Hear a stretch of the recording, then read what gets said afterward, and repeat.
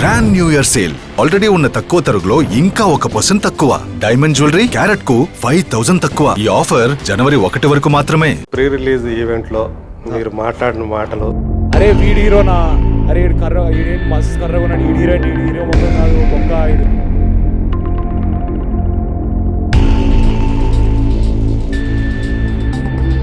నాది నేను ఇలానే ఉంటాను. ఈవెన్ మీ చెల్లెల గురించి కూడా ఎలా ఉంది ఏంటి అని చెప్పేసి కామెంట్లు నాకు చాలా అందంగా కనిపిస్తుంది మా చెల్లి. కొంతమంది పని కట్టుకొని ప్రచారాలు చేయటం, అమ్మ గురించి నాన్న గురించి, ఇవన్నీ కూడా అలా జరుగుతున్నప్పుడు పిల్లలుగా మీకు దాన్ని ఎదుర్కోవడం అనేది ఎలా అనిపిస్తుంది? రాసే వాళ్ళకి ఎలా తెలుస్తుందని నాకు ఇప్పటికీ ఈ రోజుకి అర్థం కావట్లేదు. కామ్గా అయితే ఉంటుంది. Welcome to keep TV. నేను యజ్ఞమూర్తి. రేపు మన ముందు బబుల్ గన్ అనే ఒక సినిమా రాబోతుంది. ఆ సినిమాతోటి సుమ, రాజీవ్ కనకాల కుమారుడు రోషన్ హీరోగా పరిచయం కాబోతున్నాడు. సో గత కొద్ది రోజులుగా ఆ సినిమాకి సంబంధించిన ప్రమోషన్స్ ఎలా జరుగుతూ వస్తున్నాయో మనం చూసాము. రోషన్ ట్రైలర్లో కనిపించిన విధానం, అతని ఆ 3 నిమిషాల ట్రైలర్లోనే అతని పర్ఫార్మెన్స్ ఎలా ఉందో, సో ఎలాంటి అగ్రెసివ్ క్యారెక్టర్ చేశాడో మనం చూసాం. సో ఆ సినిమా అనుభవంతో పాటు తనలోని నటుడిని, సో అతను ఎలా చూడాలనుకుంటున్నాడు ఏంటి అనే విషయాల్ని అతని ద్వారానే తెలుసుకుందాం. హాయ్ రోషన్. నమస్కారం సార్. నమస్తే. బాగున్నాను. చాలా హ్యాపీ. Thank you. ఎందుకంటే రాజు నాకు 22-23 సంవత్సరాల నుంచి అవును సార్ పరిచయం, ఆ తర్వాత స్నేహంగా మారింది. రాజు కొడుకు హీరోగా వస్తున్నాడు అంటే సంతోషపడే వాళ్ళల్లో నేను కూడా ముందుంటాను. Thank you sir. సో అలాగే తను ఖచ్చితంగా సక్సెస్ కావాలని మనస్ఫూర్తిగా కోరుకుంటాను. Thank you so much sir. So bubble gum sir, so అందరికీ తెలిసినటువంటి ఒక వస్తువు, ఒక పదం అది.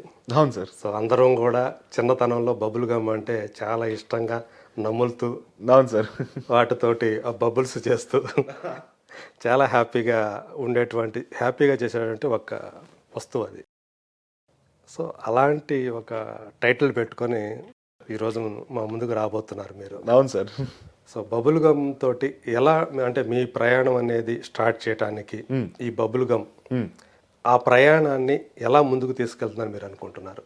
ప్రయాణాన్ని ముందుకు ఎలా తీసుకెళ్తానంటే సార్, ఇప్పుడు ఈ ప్రమోషన్లు కానీ అంటే నాకు ఎవరో చెప్పారు, ఒక మంచి సినిమా చేసి దాన్ని కరెక్ట్గా ప్రమోట్ చేయకపోతే దానికి న్యాయం చేసినట్టు కాదు అని. ఎందుకంటే అది జనాల వరకు వెళ్ళాలి. ఇలాంటి ఒక సినిమా వస్తుంది ఎలా అంటే, ఇప్పుడు పెద్ద పెద్ద స్టార్లు అంటే వాళ్ళు ఏం చేయకపోయినా థియేటర్ వరకు వచ్చేస్తారు. వాళ్ళ సినిమా వస్తుంది అని ఒక పదం, అంటే ఒక ఎవరైనా ఊరికి అన్నా కూడా వస్తారు. నేను కొత్తగా వచ్చాను, కావాల్సినంత ప్రచారం వాళ్ళకి ఆటోమేటిక్ అయిపోతుంది. నేను కొత్తగా వస్తున్నాను కాబట్టి జనాలకి తెలిసి ఇలా ఒక సినిమా వస్తుంది, ఈ సినిమా చూడడానికి వెళ్ళాలి అని అనిపించాలంటే విపరీతమైన ప్రమోషన్లు చేయాలి. అండ్ నేను కూడా అంటే ఇంకా కంప్లీట్గా ఫిక్స్ అయిపోయాను. అంటే చాలా మంచి సినిమా తీసాను సార్, అదైతే ఆ క్లారిటీ అయితే ఉంది. దాన్ని జనాల వరకు ఎలా తీసుకెళ్లాలనేదే ఇంకా ఈ ఆల్మోస్ట్ ఒక 1 month నుంచి నాన్ స్టాప్గా నడుస్తూనే ఉంది. చాలా కష్టపడుతున్నావు. అవును సార్. సో అది నాన్ స్టాప్గా చేస్తూనే ఉన్నాం. ఇంకా ప్రయత్నాలు జరుగుతూనే ఉన్నాయి. అందరూ థియేటర్కి వస్తారని కోరుకుంటున్నాం. వచ్చి ఎంజాయ్ డెఫినెట్గా చేస్తారు, ఆ నమ్మకం అయితే ఉంది నాకు. అదే. సో అంటే మీ ప్రయాణానికి ఇది మంచి లాంచింగ్ అవుతుందని చెప్పేసి మీరు అవును సార్ ఆశిస్తున్నారు. Definitely sir. అంటే ఆ రోజు ప్రీ రిలీజ్ ఈవెంట్లో మీరు మాట్లాడిన మాటలు, అరే వీడి హీరోనా, అరే ఈడు కర్ర, ఈడేం మస్తు కర్రగా ఉన్నాడు, ఈడు హీరో ముఖం కాదు బొక్క, ఈడు వేస్ట్ హీరో మెటీరియల్ కాదు. నేను ఇలానే పుట్టా, ఇలానే ఉంటా.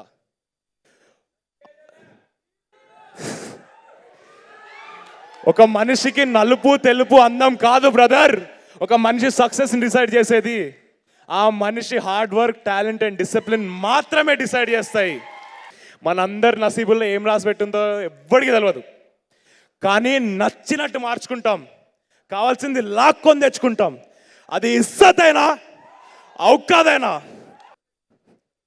సో అందరూ కూడా ఎమోషనల్ అయ్యారు. సో చాలామంది కనెక్ట్ అయ్యారు కూడా. ఎందుకంటే మన మనిషి యొక్క రంగు చూసి లేదా లుక్స్ చూసి ఇవాళ ఒక అంచనాకు వచ్చేసే జడ్జి చేసేటువంటి సొసైటీలో ఉన్నాం మనం. సో ఆ ట్రోల్స్, దానికి సంబంధించిన ట్రోల్స్ ఇవన్నీ కూడా. సో మనం చూసుకుంటే స్టార్స్లో చాలామంది నలుపు రంగుతో ఉన్న వాళ్ళు ఉంటారు. రజనీకాంత్ దగ్గర చూసుకుంటే మనం. చాలా మంది సో దానికి రంగుకి స్టార్డమ్కి సంబంధం లేదు. సో కానీ మీరు అంత అంటే దాని గురించి ప్రస్తావించడం, సో నేను ఇలాగే పుట్టాను, నేను ఇలాగే ఉంటాను అవును సార్ అని అంటే అంతగా మీరు ఆ ఎమోషనల్ అవ్వటానికి ఆ రోజు రీజన్ ఏంటి?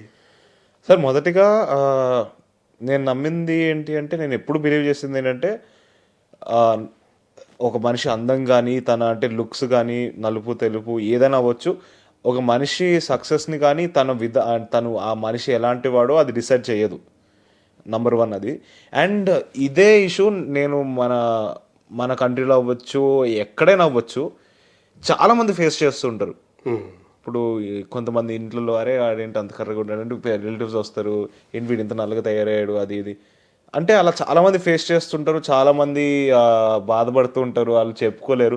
సో నాకు ఏమనిపించింది అంటే, ఈ ఇష్యూ నా ఒక్కడిదే కాదు, ఇది చాలామంది ఫేస్ చేసిన ఇష్యూ. సో నాకు ఒక ప్లాట్ఫామ్ వచ్చింది ఆ పీరియడ్ స్టేజ్ పైన. సిద్ధు జొన్నలగడ్డ గారు, విశ్వక్సేన్ గారు, అడివిశేష్ గారు, ఇంకా చాలామంది పెద్దలు ఉన్నారు. అండ్ అది చూస్తారని నేను అంటే ఆ ప్రోగ్రామ్ని కానీ ఆ వీడియోని కానీ నేను మాట్లాడితే చాలామంది చూస్తారని నమ్మాను. సో దాని గురించి నేను మాట్లాడదలుచుకుంది దాని గురించి, అంటే అది ఆ వర్డ్ అనేది స్ప్రెడ్ అవుతుందని. అదే అంటే మీ మీద కూడా అలాంటి ట్రోల్స్ బాగా వచ్చాయని? అవును సార్, అంటే నేను ట్రోల్స్ అని చెప్పలేను కానీ చాలా చదివాను, చాలా చూశాను, చాలామంది నా వెనకాల మాట్లాడడం కానీ నా డైరెక్ట్గా నాతో మాట్లాడడం కానీ చూశాను. సో నాకు అందుకే అంటే నా ఒక్కడికి మాత్రమే అంకితం కాదు అది, చూసే చాలామందికి కూడా అంకితం. ఇప్పుడు రేపు పొద్దున్న ఇంకెవరినైనా కూడా అంటే ఇప్పుడు వాళ్ళ ఇంట్లో కానీ లేకపోతే ఎవరినైనా అంటే అరే వీడేంటి ఎంత కర్రగా ఉన్నాడు ఆ మాట రాకుండా ఉండాలి అంటే నా వంతు నేను ఎంత చేయగలుగుతానో చేద్దామని ఆ కోరికతో మాట్లాడాను. అండ్ డెఫినెట్లీ నేను కూడా ఇంకోటి ఏంటి చెప్పదలుచుకున్నానంటే, నాది నేను ఇలానే ఉంటాను, నేను ఇలానే పుట్టాను, నేను అద్దంలో నా మొహం చూసుకున్నప్పుడు నేను చాలా హ్యాపీగా ఉంటాను. ఈవెన్ మీ చెల్లెల గురించి కూడా ఎప్పుడైనా కనిపించినప్పుడు, ఏదైనా ఈవెంట్లో కనిపించినప్పుడు సొమ్ము కూతురు ఎలా ఉంది ఏంటి అని చెప్పేసి కామెంట్లు నాకు చాలా అందం కనిపిస్తుంది మా చెల్లి. అదే. అండ్ అందం అనేది ఒకరొకరి నుంచి మారిపోతూ ఉంటుంది. ఇప్పుడు ఎవరు ఇది అందంగా, ఇప్పుడు నేను ఒకరికి అందంగా కనిపించచ్చు, నేను ఇంకొకరికి చాలా దరిద్రంగా కనిపించచ్చు. సో అది పర్స్పెక్టివ్ మాత్రమే తప్పితే ఇదే అందం అని ఎవరు చెప్పలేరు, చెప్పకూడదు కూడా. అంటే మన దౌర్భాగ్యం ఏంటంటే సార్, ఈవెన్ పెళ్లిలో కూడా అవును సార్, అమ్మాయి గాని అబ్బాయి గాని తెల్లగా ఉందా, అవును ఎగ్జాక్ట్లీ తెల్లగా ఉన్న వాళ్ళని పెళ్లి చేసుకోవాలి, అదే ఒకటి అమ్మాయి క్యారెక్టర్ కానీ లేకపోతే అబ్బాయి క్యారెక్టర్ కానీ ఎవరు ఆలోచి ఫస్ట్ అంటే కనిపించేది చూస్తారు కానీ లోపల చూస్తారు తప్ప లోపల మనిషి ఏంటి అంటే మనిషి మంచిగా చూసుకోగలుగుతాడు లేదా ఇవన్నీ తర్వాత వస్తాయి. నాకు తెలిసి ఫస్ట్ అది ఆలోచించాలి కదా సార్. అవును. సో అమ్మ కూడా అప్పుడు నేను చూశాను అది సార్, మీరు ఆ మాటలు చెప్తా ఉంటే తను కూడా ఎమోషనల్ అవటం సార్. తర్వాత మీ స్పీచ్ అయిన తర్వాత తను వచ్చి మిమ్మల్ని ముద్దు పెట్టుకోవడం కావాలి. సో అమ్మ నాన్నలో మీకు సంబంధించి వాళ్ళ సపోర్టు ఎలా ఉంటుంది సార్? డెఫినెట్గా డే 1 నుంచి నాకు అంటే మొదటిగా నాకు ఎక్కడ సపోర్ట్ చేశారు అంటే, చిన్నప్పటి నుంచి నాకు ఒకటే మాట చెప్పారు, నీకు నచ్చింది నువ్వు చెయ్యి నీ లైఫ్లో, అది ఈరోజు నీకు యాక్టింగ్ అనిపించచ్చు, తర్వాత మారినా పర్వాలేదు, నీకు ఎప్పుడు ఏది నచ్చుతుందో దాన్నే ఫాలో, నీ మనసు ఏం కోరుకుంటుందో దాన్నే ఫాలో. అంటే ఇప్పుడు నువ్వు నాకు ఎప్పుడు ఏ రోజు కూడా మా అమ్మ కానీ నాన్న కానీ తాత నాన్నమ్మ ఎవ్వరు చెప్పలేదు నువ్వు యాక్టరే అవ్వాలని, ఎవ్వరు చెప్పలేదు. లేదు నీకు ఇప్పుడు నీకు యాక్టర్ అవ్వాలని ఉంది కదా, తర్వాత నీకు మనసు మారినా నీకు వేరేది నచ్చినా అదేనా చెయ్యి అని చెప్పారు. లక్కీలీ నా మనసు మారదు కూడా ఎప్పటికీ, నేను ఇదే చేస్తుంటాను. బట్ అది ఫస్ట్ అలా సపోర్ట్ ఇచ్చారు సార్. అండ్ సినిమా పరంగా వస్తే యాక్టింగ్ గురించి కానీ చాలా నేర్చుకున్నాను నాన్న దగ్గర నుంచి, అమ్మ దగ్గర నుంచి. చాలా మందికి తెలియంది ఏంటంటే, మా అమ్మ ఒక నేషనల్ అవార్డ్ విన్నర్. ఆవిడ యాంకరింగ్ స్టార్ట్ చేయకముందు ప్లేలు చేసేవారు. పుత్రకామేష్టి అని ఢిల్లీకి ఒక ప్లేని తీసుకొని వెళ్ళారు, స్టేజ్ ప్లే. దానికి బెస్ట్ యాక్ట్రెస్ అవార్డు కూడా వచ్చింది. సో ఆవిడ దగ్గర నుంచి కూడా చాలా యాక్టింగ్ టిప్స్ కానీ ఇవన్నీ చాలా తీసుకున్న రోజులు ఉన్నాయి. సో డెఫినెట్గా వాళ్ళిద్దరూ లేకపోతే మా తాత నాన్నమ్మ వీళ్ళు ఎవ్వరు లేకపోతే వాళ్ళందరూ కూడా యాక్టర్లే. వీళ్ళందరూ లేకపోతే నేను ఈరోజు అంటే ఇప్పుడు మీరు అంటున్న యాక్టింగ్ కానీ ఇప్పుడు చూస్తున్న స్క్రీన్లో యాక్టింగ్ కానీ ఏది అయ్యి ఉండేది కాదు. డెఫినెట్గా who I am today is completely because of my family. అదేలే. అంటే చిన్నప్పటి నుంచి నీ చిన్నతనంలో తాతయ్యని నాయనమ్మని చూశారు. సో వాళ్ళు చాలా మంది యాక్టర్లకు వాళ్ళు నటన నేర్పించడం చూశారు. అవును సార్. అట్లాగే నాన్న నటుడు అయ్యాడు, అమ్మ యాంకరు. సో తను కూడా తనలో మంచి నటి ఉంది. ఇవన్నీ చూసేటప్పుడే ఆ ఇంట్రెస్ట్ అనేది ఆ చిన్నతనంలోనే మీకు కలిగిందంటారా, లేకపోతే? నాకు అంటే నేను పుట్టినప్పుడు ఇన్స్టిట్యూట్లో, అంటే మా ఇల్లు ఇన్స్టిట్యూట్లో ఉండేది సార్, అక్కడ పాత కాలనీలో. సో ఫస్ట్ ఫ్లోర్లో ఇల్లు ఉండేది, గ్రౌండ్ ఫ్లోర్లో ఇన్స్టిట్యూట్, అంటే మొత్తం కలిసిపోయి ఉండేది. సో నాకు తెలిసి సబ్కాన్షియస్గా అంటే ఎక్కడో ఇన్ఫ్లుయెన్స్ చేసి ఉంటుందేమో, కానీ నాకు చిన్నప్పటి నుంచే యాక్టింగ్ అంటే చాలా ఇష్టం. అంటే నిజమైన ప్రేమ అనుకోవచ్చు అమ్మ తర్వాత. ఓకే. ఒక నిజమైన ప్రేమ అంటే యాక్టింగ్, సినిమాలు అనేది. సో డెఫినెట్గా చిన్నప్పటి నుంచే ఇంట్రెస్ట్ ఉంది సార్, కానీ అది వీళ్ళని చూసో వాళ్ళని చూసో ఇన్ఫ్లుయెన్స్ అయ్యి ఉండదు సబ్కాన్షియస్గా. లక్కీగా నాకు నా వంతు అంటే నాకే ఇంట్రెస్ట్ ఉంది కాబట్టి అలా జరిగిపోయింది అది. తాతయ్య వచ్చేసి క్యారెక్టర్ ఆర్టిస్ట్గా, కొన్ని సినిమాల్లో విలన్గా కూడా ఆయన మంచి పేరు తెచ్చుకున్నారు. బట్ ఒక స్టార్ యాక్టర్ అని అనిపించుకోలేకపోయారు. అవును సార్. నాన్న చూసుకున్నా కానీ నాన్న కూడా కొన్ని సినిమాల్లో హీరోగా చేశారు. తర్వాత తను కూడా క్యారెక్టర్ ఆర్టిస్ట్గా స్థిరపడ్డారు. అవును సార్. సో వాళ్ళిద్దరిని పోల్చుకుంటే మీకంటూ ఒక గోల్ ఏర్పరచుకున్నారా? ఏదైనా ఒక యాక్టరో లేకపోతే ఒక హీరోగానో అవును సార్ నేను రాణించాలి, పేరు సంపాదించుకోవాలి, అలాంటిది ఏదైనా ఉందా? అంటే వాళ్ళు సాధించలేనిది ఏదైనా సాధించాలి అన్నట్లుగా. నంబర్ 1 ఏంటంటే సార్, వాళ్ళు చాలా సాధించారు డెఫినెట్గా. వాళ్ళ పరిధుల్లో కానీ వాళ్ళకు ఉండే సిచ్యువేషన్స్ పరంగా వాళ్ళు చాలా అంటే చాలా సాధించారు. చాలా గొప్ప పేర్లు తెచ్చుకున్నారు ఇద్దరు, అండ్ అమ్మ కూడా అలాగే. అండ్ నాకంటూ నా గోల్స్ ఉన్నాయి సార్ డెఫినెట్గా. అంటే వాళ్ళ గోల్స్ ఎలాగుంటాయో నాకు నా సపరేట్ గోల్స్ ఉన్నాయి. ఇప్పుడు వాళ్ళది తక్కువ చేయడం కానీ నాది ఎక్కువ చేయడం కానీ అస్సలు చేయను. నా గోల్ నాది. ఓకే. సో డెఫినెట్గా నాకు అంటే రాణించాలి అనే పదం వాడకుండా డెఫినెట్గా అంటే నాకు నా అంబిషన్స్ ఉన్నాయి. నేను ఒక లెవెల్లో ఊహించుకుంటున్నాను నన్ను.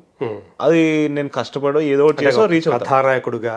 కథానాయకుడుగా అనొచ్చు. ఎస్, కథానాయకుడుగా అండ్ ఆ స్టోరీని డ్రైవ్ చేసే క్యారెక్టర్గా. ఓకే. అంటే అది కథానాయకుడే అవ్వచ్చు. సో అలా డెఫినెట్గా నేను పేరు తెచ్చుకోవాలని కోరుకుంటున్నా. అండ్ యా, అది నా కోరిక సార్. అండ్ వాళ్ళ సందర్భాలు, వాళ్ళకు ఉండే సిచ్యువేషన్స్ డెఫినెట్గా వేరు. తాతకి అప్పుడు నాకు బాగా గుర్తు, నాన్న చెప్తాడు, ఇన్స్టిట్యూట్ అప్పుడు ఫస్ట్ యాక్టింగ్ ఇన్స్టిట్యూట్ మొదలెట్టి టీచింగ్ చేశారు చెన్నై మద్రాస్ ఫిల్మ్ ఇన్స్టిట్యూట్లో. తర్వాత తాత సినిమాలకు వచ్చారు, డైరెక్షన్ చేశారు, అన్నీ చేశారు, మంచి పేరు వచ్చింది. అప్పుడు ఎవరో అంటే నాకు గుర్తులేదు ఎవరు మాట్లాడారో, కొంచెం భయపెట్టారు. చూసుకో దేవదాస్, ఇప్పుడు ఇలా వస్తున్నావు, ఈ వైపు వస్తున్నావు, రెండూ కాకుండా అయిపోతుందేమో, ఒక వైపు ఫిక్స్ అయిపోను. డైరెక్షన్ వైపు వచ్చినప్పుడు డైరెక్షన్ వైపు వచ్చినప్పుడు ఇప్పుడు బాగా ఒక టీచర్గా చాలా బాగా పేరు వస్తుంది, రెండూ కాకుండా అయిపోకుండా ఉండాలి, ఒక దానికి ఫిక్స్ అయిపో అని చెప్తే ఇంకా మా తాతకి అప్పటికి ఉండే సిచ్యువేషన్ బట్టి నాకు తెలిసి అలా సెటిల్ అయిపోయారు. ఓకే. సో నాన్నకు ఉండే చాలా సందర్భాలు కానీ ఇంకా ఏమేమో ఉండుంటాయి. దానివల్ల వాళ్ళు దాన్ని ఇంకా ఫోకస్డ్గా అప్పుడు ముందరికి తీసుకెళ్ళలేదు. అండ్ నేను డెఫినెట్గా చచ్చో చెడో ఏదో ఒకటి చేసి ఇక్కడే ఉంటాను, నా పేరు నేను సంపాదించుకుంటా. సో అందులో మొట్టమొదట నిర్మలా కాన్వెంట్లో అవును సార్, మిమ్మల్ని మీరు ఒకసారి టెస్ట్ చేసుకున్నట్టున్నారు. అవును సార్. ఆ తర్వాత ఎందుకు కావాలని గ్యాప్ తీసుకోవటం? అంటే ఏజ్ గురించి, చదువు మీద దృష్టి పెట్టాలని? ఏజ్ గురించి సార్, డెఫినెట్గా ఏజ్ గురించి, చదువు గురించి. కానీ చదువు ఎప్పుడు సరిగ్గా ఎక్కలేదు, అది వేరే విషయం లేండి. బట్ నిర్మలా కాన్వెంట్ చేసినప్పుడు చాలా చిన్నోండి. అంటే నేను ఎక్స్పీరియన్స్ చేయడానికి, అంటే సెట్ ఎలా ఉంటుంది, సెట్లో డైనమిక్స్ ఏంటి, అంటే ఏం జరుగుతూ ఉంటుంది, ప్రైమరీగా ఒక యాక్టింగ్ ఎక్స్పీరియన్స్ కానీ ఇవన్నీ వస్తాయి కదా అని చేసింది. అండ్ డెఫినెట్గా చాలా నేర్చుకున్నాను. అంటే ఆ సెట్లో సినిమాటోగ్రఫర్లో త్రూ కానీ అబ్జర్వ్ చేసి కానీ లైటింగ్ ఏం చేస్తున్నారు అవన్నీ, అంటే అప్పుడు ఉండే అండర్స్టాండింగ్. నాగార్జున గారిని కలిసా సార్. అప్పుడు ఒక సీన్ కూడా అది సినిమాలో ఉందో లేదు నాకు గుర్తులేదు. సో కలిసాను సార్ డెఫినెట్గా. ఓకే. మొన్న బిగ్ బాస్కి వెళ్ళినాం ఫినాలీకి, గ్రాండ్ ఫినాలీకి, ఆయన అక్కడికి కలిసాను. ఓకే. సో ఆయన ఎప్పుడన్నా ఆయన సలహాలు కానీ ఇవ్వటం కానీ అట్లాంటి ఏదైనా జరిగిందా అప్పుడు నిర్మలా కాన్వెంట్ టైంలో కానీ తర్వాత కానీ? అంత అంటే మాకు ఆయనకి అంత టైం లేదు సార్. డెఫినెట్గా ఆయన టైం ఉంటే ఆయన మాట్లాడి ఉండేవాళ్ళని, ఆయనతో అడిగి ఉండేవాడిని. మొన్న ఒక వీడియో కూడా చేస్తాం, అంటే ఆయనతో. అంటే ఆయన ఎంత అంటే లైక్ నాకు ఒక గొప్ప విషయం ఏంటంటే, ఆ గ్రాండ్ ఫినాలే రోజు ఆయన అంటే అయిపోయింది, మా స్టేజ్ పనికి వెళ్ళాం, అయిపోయింది. ఆయనకి బ్రేక్ వచ్చినప్పుడు ఒక రీల్ చేస్తారా సార్ అని అడిగాం. అంటే మా సినిమాకి సంబంధించింది ఏం లేదు. మేము నాకు అక్కడ ఒక డౌట్ వచ్చింది. మీరు చూస్తేనేమో అక్కడ విజయవాడలో ఆ రోజు ప్రోగ్రామ్ ఏదో ఉంది మీకు. అవును సార్, అంటే ఆ shooting Bigg Boss the 1 day ముందు అయిపోయింది. ఓకే. సో మీ పార్ట్ వరకు వన్ డే ముందే వచ్చేసి. అవును అవును ఓకే. చేసి తర్వాత మేము విజయవాడకి వెళ్ళిపోయాము, అక్కడ కాలేజ్ దీనికి వెళ్ళిపోయాము. రైట్. ఈ బిగ్ బాస్ షోలు అన్ని మధ్యలో ఆయన బ్రేక్ లో ఒక రీల్ చేస్తారు సార్, మాతో ఏం లేదు, మిమ్మల్ని వచ్చి బబుల్ గమ్ లవ్ స్టోరీ కాబట్టి ఎలా లవ్ చేయాలి ఇవన్నీ అడిగితే ఆయన ఆ షూటింగ్ మధ్యలో బ్రేక్ లో ఆయన చేశారు మాకోసం ఒక రీల్. అండ్ ఫస్ట్ ఏమైందంటే షూట్ చేసే కెమెరామెన్ వాళ్ళు ఆడియో రికార్డ్ చేయలేదు. తర్వాత వచ్చి అబ్బా ఆయన అంత బిజీగా ఉండి ఇప్పుడు సడన్ గా ఆడియో లేదు అంటే ఏమనుకుంటారని చెప్పి మళ్ళీ మొగ సినిమా లాగా ఉందా? మూగ సినిమా లాగా ఉంది. సో నిర్మోహమాటంగా ఆయన దగ్గరికి సార్ ప్లీజ్ సార్ ఒక్కసారి ఆడియో, సారీ ఎందుకు చెప్తున్నావు, చలో మళ్ళీ చేద్దామని సేమ్ ఎనర్జీ చేశారు. అది నాకు చాలా గొప్పగా అనిపించింది. అంటే ఆయనకి ఆ షూటింగ్ మధ్యలో మమ్మల్ని సపోర్ట్ చేయడానికి ఆ ఇంట్రెస్ట్ ఉంది చూడండి, అది చాలా నచ్చింది నాకు. అది చాలా అంటే రెస్పెక్ట్ కానీ అన్ని కూడా ఆయన వైపు బిల్డ్ చేశాయి. అంటే మళ్ళీ రెండోసారి చేయడానికి సౌండ్ పోయింది, మళ్ళీ అక్కడ ఆయన బిగ్ బాస్ షూటింగ్ జరుగుతుంది, ఆయన ఫ్రీగా ఏం లేరు, అయినా కూడా ఆయన చేశారు. సో అది చాలా గొప్పగా అనిపించింది సార్ నాకు. సో ఇలాంటి ఇన్సిడెంట్స్ మనకి ఇన్స్పిరేషన్ అనుకోవాలి. అవును అవును. సో ఈ సినిమాని అంటే పర్టికులర్గా ఈ సబ్జెక్ట్ని మీ లాంచ్ ప్యాడ్గా ఎన్నుకోవడానికి ఏదైనా ఉందా? ఇది అంతకుముందు ఏదైనా స్టోరీస్ విన్నారా? సార్ ఒక కపుల్ ఆఫ్ స్టోరీస్ విన్నాను సార్, కానీ ఈ సినిమా నాకు అంటే విన్నప్పుడు ఎంత ఇంపాక్ట్ ఇచ్చింది అంటే కంప్లీట్గా నాకు నరేషన్ ఇస్తున్నప్పుడు రవి ఆ స్టోరీలోకి పట్టుకొని వెళ్ళిపోయాడు. యాక్చువల్గా రవి అంతకుముందు క్షణం డైరెక్టర్, అలాగే కృష్ణ అండ్ హిజ్ లీలా. అవును సార్. సో అలాంటి సినిమాలతోటి అతను చాలా మంచి పేరు సంపాదించుకుంటే మంచి రైటరు. అవును సార్. సో మిమ్మల్ని హీరోగా తీసుకొని మిమ్మల్ని లాంచ్ చేయాలని అతనికి ఎందుకు అనిపించింది, ఎప్పుడైనా మాట్లాడారా? డెఫినెట్గా సార్. అంటే ముందు ఎలా కలిసామంటే మేము ఒక సంగీత్లో నేను రవి క్యాజువల్గా కలుసుకున్నాం, మాట్లాడుకున్నాం. అంటే పెద్ద ఊరికే మా సినిమా గురించి మాట్లాడుకున్నాం. నాకు రవికాంత్ ఎవరో తెలుసు, రవికాంత్కి అప్పటికి నేను ఎవరో ప్రాపర్గా తెలియదు, ఎందుకంటే నేను వెళ్ళి డైరెక్ట్గా నేను సో కొడుకుని పరిచయం చేసుకోలేదు. ఇలా డీసెంట్గా మాట్లాడుకున్నాం, అప్పుడు ఫ్రెండ్స్ అయ్యాం. తర్వాత ఒక సంవత్సరం తర్వాత అంటే నేను ఒక 2-3 కథలు అవుతున్నాయి అనుకొని అవ్వట్లేదు. సో అప్పుడు రవికాంత్ ఊరికే అడిగాను, రవి ఊరికే నాకు జస్ట్ డిస్కస్ చేయడానికి కలుద్దాం అనుకుంటున్నాం, ఊరికే ఒక కాఫీ కలుద్దామని అడిగాను. ఆ రోజు రవికి ఏం తట్టిందో అంటే మేబీ నన్ను చూసి తన దగ్గర ఉండే స్టోరీ క్యారెక్టర్ లాగా నేను కనిపించానేమో తనకి. సో ఆ రోజు చెప్పాడు, అంటే మాట్లాడుకుని ఒక 10-15 నిమిషాల తర్వాత రవి అన్నాడు, నా దగ్గర ఒక స్టోరీ ఉంది వింటావా అంటే, భయ్యా నువ్వు చెప్తావు అంటే నేను ఎందుకు వినను, ప్లీజ్ నాకు చెప్పు అని చెప్పి విన్న తర్వాత నాకు చాలా అంటే చాలా నచ్చేసింది. రవికి కూడా సంభవ్ నేను ఆ క్యారెక్టర్లో కనిపించాను. ఓకే. అంటే నేను ఆ క్యారెక్టర్గా కనిపించడం వల్ల రవికి నచ్చింది. అండ్ తర్వాత రవి కూడా చాలా ప్రాక్టికల్ మనిషి, జస్ట్ కనిపించాను కానీ వదిలేదు. ఒక ఆడిషన్ కూడా అడిగేశాడు. తర్వాత నెక్స్ట్ డే అంటే ఆడిషన్ లాగా ఇచ్చేసి ఒక సీన్ తీసుకొని అది చేసిన తర్వాత ఓకే అనుకున్నాం. దెన్ ముందరికి వెళ్ళాం. ఓకే. ప్రైమరీగా మీరు అడిగిన క్వశ్చన్కి రవికి నాకు తెలిసి నేను ఆ క్యారెక్టర్ లాగా 100% కనిపించాను ఆ రోజు. సో డెఫినెట్గా చాలా అగ్రెసివ్ గా ఉంది కదా ట్రైలర్లో చూసినప్పుడు. నిజ జీవితంలో రియాలిటీకి వచ్చేటప్పటికి రోషన్ అలాగే ఉంది. అయ్యో లేదు సార్, అస్సలు లేదు సార్, అంత అగ్రెసివ్ గా అయితే ఎప్పుడూ లేను. ఈ సినిమాలో ఉన్నంత అగ్రెసివ్ గా అయితే ఎప్పుడు లేను. అట్లానే మెతక అబ్బాయి కూడా కాదు. మెతక అబ్బాయి అయితే కాదు సార్. అంటే ఎవరైనా వచ్చి ఊరికే ఇబ్బంది పెడుతున్నారంటే అంటే ఆ లెవెల్లో కోప్పడినేమో కానీ మాట్లాడేస్తాం. అంటే దాన్ని ఎలా డీల్ చేయాలి అలా డీల్ చేస్తాం. అదే కామ్గా అయితే ఉండవు. కామ్గా అయితే ఉంటుంది. ఎవరైనా వచ్చి ఊరికే ఇరిటేట్ చేస్తే రెస్పాండ్ అవుతా. సో బబుల్ గమ్లో క్యారెక్టర్, అది ఆ క్యారెక్టరైజేషన్ ఎలా ఉంటుంది? బబుల్ గమ్లో క్యారెక్టర్, నా క్యారెక్టర్ పేరు ఆది సార్. సో క్యారెక్టరైజేషన్ ఎలా ఉంటుందంటే, నేను ఒక అసిస్టెంట్ డీజే, మిడిల్ క్లాస్ అబ్బాయిని. మా ఫాదర్కి ఒక చికెన్ షాప్ ఉంటుంది. నేను ఒక మిడిల్ క్లాస్ అబ్బాయి. నాకు చేశాడు కదా character, father character sir. Father character Jayarameshwar గారు అని సిద్ధు జొన్నలగడ్డ గారు బ్రదర్, ఆయన చేశారు. హర్ష వేరే క్యారెక్టర్ చేశాడు సినిమాలో. అవునా? సో మా ఫాదర్కి ఒక చికెన్ షాప్ ఉంటుంది. నాకు ఎలాగో అంటే ఆ ఇంటర్నెట్ క్యాఫేలు ఇవన్నీ ఉండేవి కదా, అంటే ఇది నేను రాసుకున్న స్టోరీ. ఈ సినిమాకి మొదలవక ముందు ఎందుకు వీడు డీజే అవుదాం అనుకున్నాడు అంటే, ఇంటర్నెట్ క్యాఫేలో ఏదో రోజు గేమ్ ఆడడానికి వెళ్తున్నప్పుడు పక్కన కౌంటర్లో ఒక అన్న డీజే కాన్సర్ట్ వీడియో చూస్తున్నాడు, అది భలే ఉంది ఇది ఏదో ఉందని. అలా వాడికి మొదలవుతున్నాం అది డీజే అవుదామని. సో అలాగా వాడు ఎలా చేయాలో అర్థం కాక ఇక్కడ ఏదో క్లబ్లో వీటిలో డీజేలు ఉంటారు కదా, వాళ్ళ దగ్గర జాయిన్ అవుతాడు. ఒక డీజే దగ్గర అసిస్టెంట్గా పనిచేస్తుంటాడు. వాడేమో వీడిని కొంచెం ఇబ్బందులు పెట్టి అన్నీ చేసి ఫైనల్గా కొన్ని సినారీ జరుగుతుంది. అది సినిమా చూస్తే తెలుస్తుంది. సో ఓవరాల్గా స్టార్టింగ్ అంతా కూడా కొంచెం మెత్తగా మరి అంటే ఈ వరల్డ్కి వచ్చేసరికి, ఎందుకంటే ఒక మిడిల్ క్లాస్ అబ్బాయికి ఇటువైపు వచ్చేసరికి కొంచెం అంటే అరే వాళ్ళు పెద్దోళ్ళు రా అన్నట్టు ఒక ఫీలింగ్ ఉంటుంది. ఉంటుందా? సో అలా ఇలా చేతులు కట్టేసుకొని అన్న అన్న ఓకే అన్న అన్నట్టు ఉంటాడు. కొంచెం ఒబీడియంట్గా ఉంటాడు ఫస్ట్లో, తర్వాత సినిమాలో ఉంటుంది. ఓకే. అంటే ఆ లవ్లో అతను ఎదుర్కొన్నటువంటి తర్వాత ఒక అమ్మాయి వచ్చి కలుస్తుంది ఈ సందర్భాల్లో.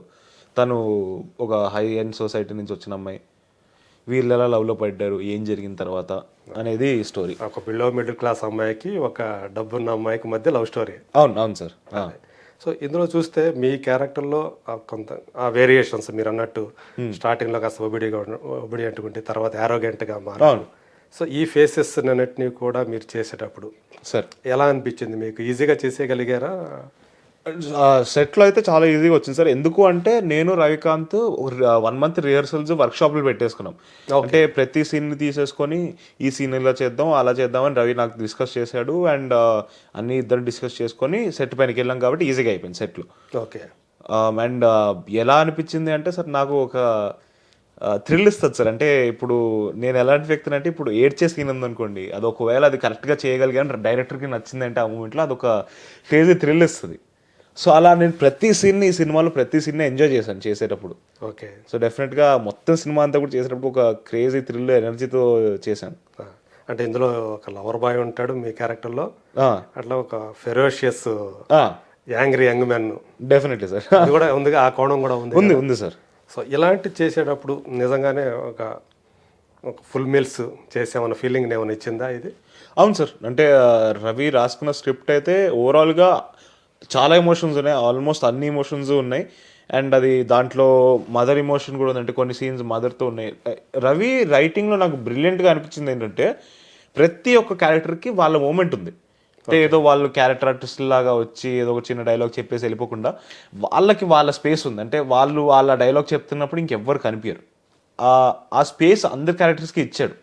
అండ్ ప్రతి క్యారెక్టర్ ఇప్పుడు ఒక మా ఫాదర్ క్యారెక్టర్ చాలామంది రిలేట్ అవుతారు చూసినప్పుడు, కానీ ఆయనకి రాసిన డైలాగ్స్ కానీ అన్నీ మన లైఫ్లో ఇంకా అంటే జయరామ్ గారు మీరు? అవును, అదే కోట జయరామ్ గారు, జయరామ్ ఈశ్వర్ గారు అని సిద్ధు జొన్నలగడ్డ గారు బ్రదర్. ఓకే. అవునా? సొంత బ్రదర్, ఎల్డర్ బ్రదర్. అవునా? అవును. ఓకే. ఓకే. ఆయన యుఎస్ నుంచి రిటర్న్ వచ్చారు. ఆయన 15 ఏళ్ళలో 20 ఏళ్ళలో అక్కడ పని చేశారు. అక్కడ జాబ్ అంతా వదిలేసి యాక్టింగ్ అని చెప్పి ఇక్కడికి వచ్చారు. ఓకే. అవును. ఇదివరకు చేశారా వేరే సినిమా ఏమన్నా? ఇంకోటి ఏదో చేసినట్టు సార్, అది రిలీజ్ అవ్వాలి, ఇదే ఫస్ట్ అవుతుంది. ఓహో, ఆయన కూడా ఆల్మోస్ట్ ఇదే డెబ్యూ మీ నాన్నగా చేశారు. అవును సార్. ఓకే. సో ఈ సినిమా అంటే మీరు ఒప్పుకునేటప్పుడు ఎవరికైనా కథ వినిపించడం, అమ్మకి కానీ నాన్నకి కానీ ఏమన్నా చెప్పారా? అమ్మ ఏమన్నా? సో ఓవరాల్గా మొత్తం ఫైనల్ డ్రాఫ్ట్ అయిపోయిన తర్వాత అమ్మ నాన్నకి వినిపించాను సార్. ఓకే. వాళ్ళ ఇద్దరికి కూడా చాలా నచ్చింది. అండ్ ఓకే గో హెడ్ అన్నట్టు ఒక గ్రీన్ సిగ్నల్ కూడా ఇచ్చేసారు. ఓకే. సో సినిమా చూసారా వాళ్ళు? చూసారు సార్ మొన్న. ఇంకా అంటే ఫైనల్గా కొన్ని డీటెయిల్స్ మిక్స్లు ఇవన్నీ అవ్వాల్సినవి ఉన్నాయి, కానీ ఓవరాల్గా మ్యూజిక్తో ఇవన్నీ చూశారు, చాలా నచ్చింది. నాన్న జనరల్గా ఒప్పుకోడు, మరి కొన్ని సీన్లు చూసి చాలా బాగా చేసావురా అన్నాడు. ఓకే. నాకు అది చాలా అంటే అమ్మ బాబాయ్ మా నాన్నకు నచ్చిందంటే ఓకే చేస్తుంటానేమో అనిపించింది నాకు. ఓకే. సెట్స్లో ఎప్పుడైనా సరే కో ఆర్టిస్టులు కానీ ఎవరైనా కానీ సార్ వాళ్ళ దగ్గర నుంచి ఏమైనా కాంప్లిమెంట్స్ లాంటివి ఏమైనా అందుకున్నారు ఎప్పుడైనా? ఆ జ్ఞాపకాలు ఏమైనా ఉన్నాయా ఈ సినిమా సంబంధించి? ఒక సీన్ గుర్తుంది సార్. ఏది అంటే ఇప్పుడు మనకి ట్రైలర్లో లాస్ట్లో ఓ రోజు వస్తుంది వద్దనుకుని కనపడతా చెవులు మూసుకుని వినపడతా అని ఒక డైలాగ్ ఉంది. ఆ సీన్ ఒక మోనోలాగ్ ఉంటుంది అది, అంటే ఆల్మోస్ట్ ఒక పేజ్ మోనోలాగ్ డైలాగ్ ఉంది. ఆ సీన్ చేస్తున్నప్పుడు నా ఫ్రెండ్ క్యారెక్టర్ కిరణ్ మచ్చా ఇంకా తర్వాత అనన్య అని వీళ్ళిద్దరు ఉంటారు. నేను మాట్లాడుతుంటాను అనమాట, డైలాగ్ చెప్తూ ఉంటాను.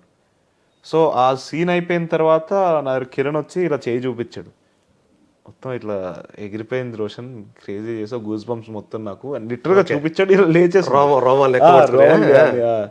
సో అది నాకు చాలా బాగా అనిపించింది. రవి కూడా అప్పుడు చాలా బాగా చేస్తావు అని చెప్పారు. ఇంకా అది మీరు థియేటర్లో చూసి మీరు నచ్చుతుందని నమ్ముతున్నాను. అదే.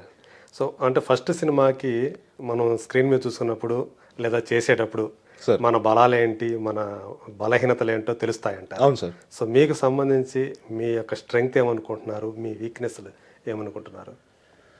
సార్ ఒకటైతే నేను ఆ బలాలు వీక్నెస్ల వైపు ఆలోచించిన ఎందుకు అంటే యాజ్ అన్ యాక్టర్ నేను ఏదైనా చేయగలగాలి. ఇప్పుడు ఏమైనా బలహీనత ఉంటే అది నేను కరెక్ట్ చేసుకోవాలి తప్పితే అది బలహీనత అని చెప్పను నేను. సో డెఫినెట్గా చాలా నేర్చుకోవడానికి ఉంది సార్, అది నేర్చుకుంటూనే ఉంటాను నేను ఎనీడే. నేను ఏ రోజైతే నేర్చుకోవడం అనేది ఆగిపోయిందో నేను ఆర్టిస్ట్గా చచ్చిపోయినట్టు. సో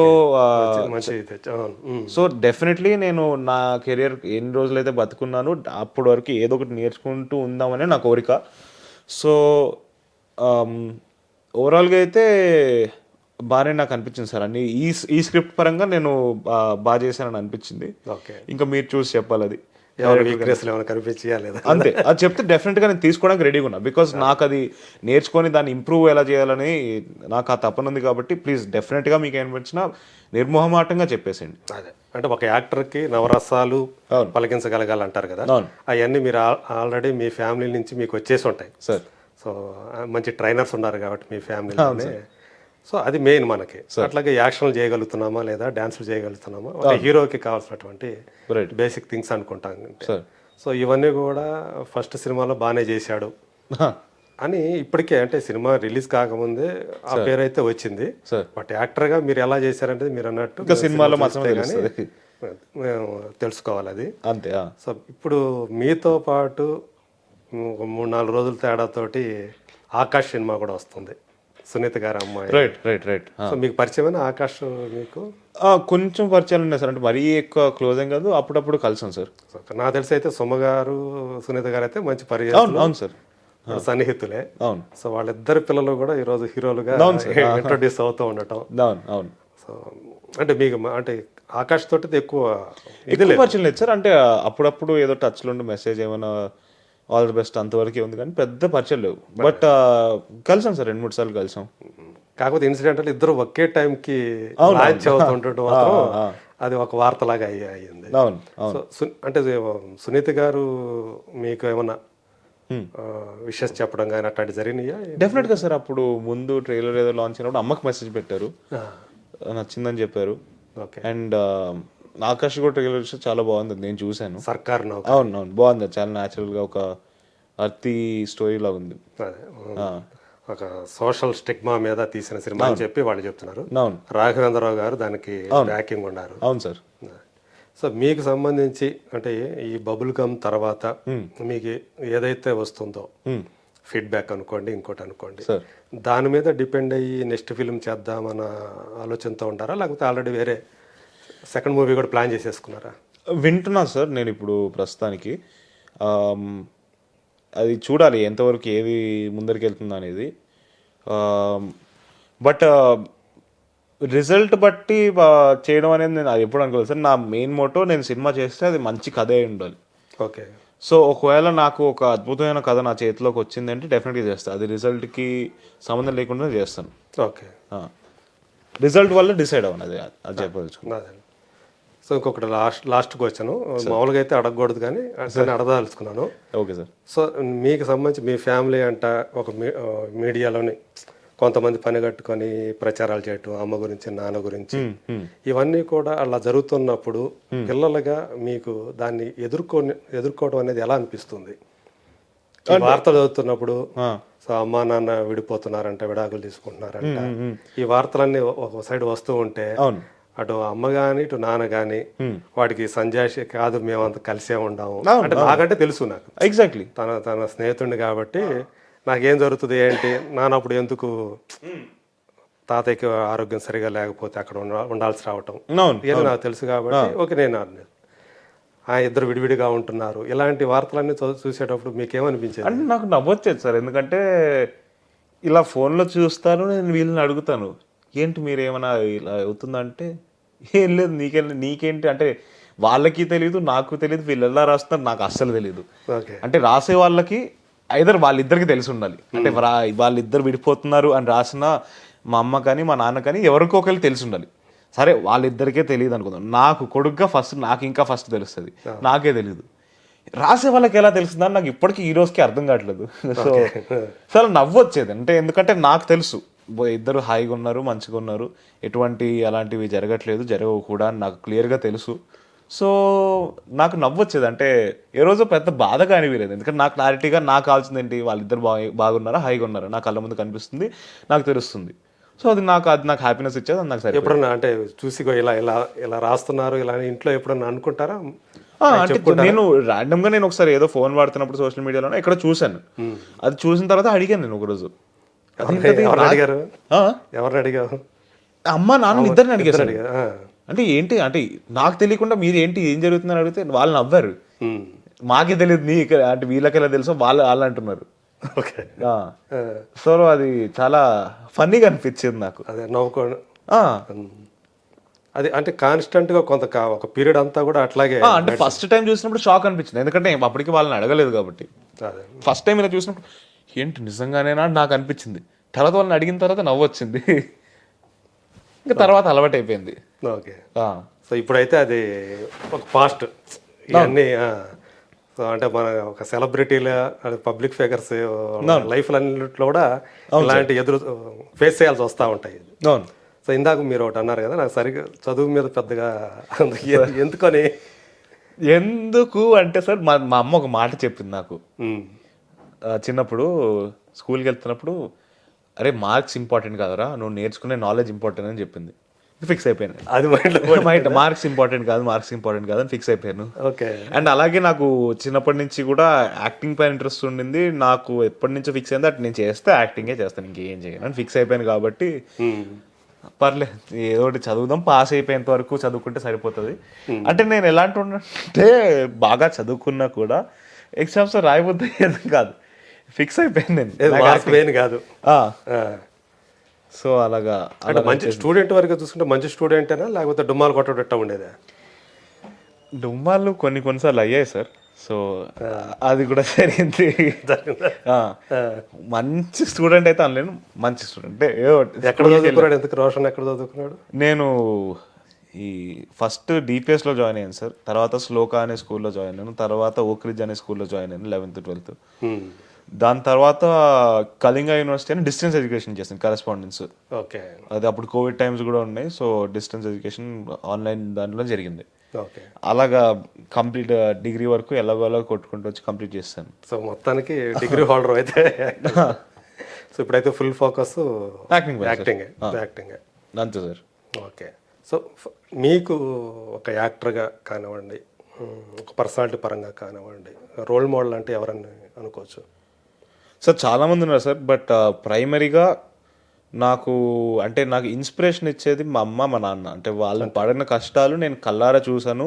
అంటే నాకు క్లోజెస్ట్ ప్రాక్సిమిటీలో వాళ్ళ అంటే జర్నీని చూశాను నేను. సో నాకు మా అమ్మ నాన్న, మా తాత, మా నాన్నమ్మ వీళ్ళందరి జర్నీలు నేను అంటే నాకన్నా దగ్గరగా ఇంకెవరు చూసి ఉండకపోవచ్చు. సో ఈ నలుగురు కన్నా నాకు ఇంకెవరు దీనికి మించి ఇన్స్పిరేషన్ ఎవరు లేరు. డెఫినెట్గా చాలా మంది ఉన్నారు, బట్ ఈ నలుగురే సార్ నాకు మేజర్ ఇన్స్పిరేషన్. మీ ఇంట్లో వాళ్ళే? అవును సార్, మీ వాళ్ళే. అవును. అదే. సో వాళ్ళ ప్రోత్సాహము సార్, ఆ సపోర్ట్ తోటే మీరు సో ముందుకు వెళ్ళాలని. అవును సార్. ఇంకా కావాల్సింది ఏముంది, ఇంకా అమ్మ నాన్నలు ఇద్దరు కూడా అదే ఫీల్డ్లో ఉండటము. అవును సార్. సో అర్థం చేసుకునే వాళ్ళు ఉంటారు. అవును అవును. సో అట్లా మీ కెరీర్ని బిల్డ్ చేసుకోవాలని చెప్పేసి ప్లాన్ చేసుకుంటున్నారు. అంతే సార్. ప్లానింగ్ అయితే ఉంది కదా? ఉంది సార్. కెరీర్ ప్లానింగ్ అయితే ఉంది కదా? ఉంది. సో ఒకవేళ అంటే హీరోగా అంటే ఎవరికైనా హీరో కావటం, తర్వాత స్టార్ హీరో కావటం అనేది, సో ఈ ప్రాసెస్లో మీ నుంచి కూడా ఏమైనా ఒక ప్రొడక్షన్ హౌస్ ఏమైనా వచ్చే అవకాశం ఉందా? అట్లాంటిది ఏదైనా ఎప్పుడన్నా? నాకు డెఫినెట్గా ఇంట్రెస్ట్ ఉంది సార్. అంటే లైక్ అంత డబ్బులు సంపాదించిన తర్వాత ఆలోచన పెట్టుకుంటా, బట్ ఇప్పటివరకు అయితే అంత డబ్బులు నేను సంపాదించలేదు. బట్ నాకు ఇంట్రెస్ట్ ఉంది సార్, ఎందుకంటే నాకు ఒక ఆపర్చునిటీని క్రియేట్ చేయాలని ఉంది జనాలకు కానీ, వేరే బయట నుంచి వచ్చే వాళ్ళకి కానీ. చాలా మందికి అంటే ఇప్పుడు నాకు ఒక మనిషి ఒక మాట చెప్పాడు, privilege is the umbrella that you keep others you don't have the privilege for అని. సో ఆ అంబ్రెల్లాని అలా పట్టుకొని తీసుకెళ్ళాలని ఉంది. సో ఆ డబ్బులు సంపాదించిన తర్వాత డెఫినెట్గా నాకు కూడా ఒక ప్రొడక్షన్ హౌస్ పెట్టాలన్న కోరిక ఉంది. ఓకే. సో అది ఎప్పుడవుతుందో తెలియదు కానీ ఆ ఐడియా అయితే ఉంది సార్. ఈ సినిమా సంబంధించి మీరు అందుకున్నటువంటి ఫస్ట్ చెక్ చెప్పచ్చా మాకు? చెక్ వచ్చింది అసలు? అది లేకపోతే ఇంకా ఆ కోరికలు ఇంకా అందుకోలేదు సార్. నాకు ఫస్ట్ సినిమా అయితే వచ్చింది. సో ఆ మాటలు మాట్లాడకూడదు అనుకుంటా, చంపేస్తాను సార్. ఇది వదిలేసారు. నిర్మలా కాన్వెంట్ అప్పుడు ఏమైనా ఇచ్చారా? ఇచ్చారు సార్, 10,000 ఇచ్చారు. 10,000 నాకు క్రికెట్ బ్యాట్ కొనుక్కోమని ఇచ్చారు. ఇంకా ఆ వయసుకి నాకు దానికన్నా ఎక్కువ సంతోషం ఏం లేదు. ఓకే. సో దానికన్నా అంటే అప్పుడు హ్యాపీగా అనిపించింది అది. అంతే కదా, ఫస్ట్ చెక్ తీసుకున్నాము తీసుకున్నాను. యాక్టర్గా. ఓకే అనిపించింది. Thank you Roshan. Thank you so much. Bubble gum అనే సినిమా ఖచ్చితంగా మీకు హీరోగా ఒక మంచి లాంచ్ ప్యాడ్ అవ్వాలని చెప్పి థ్యాంక్ యూ సో మచ్. మనస్ఫూర్తిగా కోరుకుంటూ, so Raju and Suma Kanakala so వీళ్ళ కుమారుడిగా సార్ ఖచ్చితంగా సక్సెస్ కావాలని, సో వాళ్ళ ఆశయాలు కూడా వాళ్ళ ప్రోత్సాహాన్ని అందిపుచ్చుకొని మీరు సార్ ద హీరోగా అలాగే మంచి యాక్టర్గా ఎదగాలని పేరు తెచ్చుకోవాలని మనస్ఫూర్తిగా కోరుకుంటున్నాను. Thank you sir. Thank you so much. పదాలు తెలియని పెదవులకు అమృత వాక్యం అమ్మ. సంతానలేమి సమస్యతో బాధపడుతున్న ప్రతి స్త్రీమూర్తి బాధను మేము అర్థం చేసుకోగలం. 49 వరల్డ్ బెస్ట్ ఎంబ్రియాలజీ ల్యాబ్ మరియు జిల్ట్రిక్స్ అలారం సిస్టాన్ని మొట్టమొదటిసారిగా ఏపీ మరియు తెలంగాణలో ఈ నెల 9న ప్రముఖ సినీ నటి స్నేహ, స్పెయిన్ దేశానికి చెందిన international senior embryologist Javier Herrera గారు ప్రారంభించారు. ఈ శుభతరుణంలో రక్త పరీక్షలు, AMH test, RBS, semen analysis, ultrasound scan, follicle scan ఈ నెల 31 వరకు ఉచితంగా అందిస్తుంది. 49 49 అంటే సంతానం, 49 అంటే సంతోషం.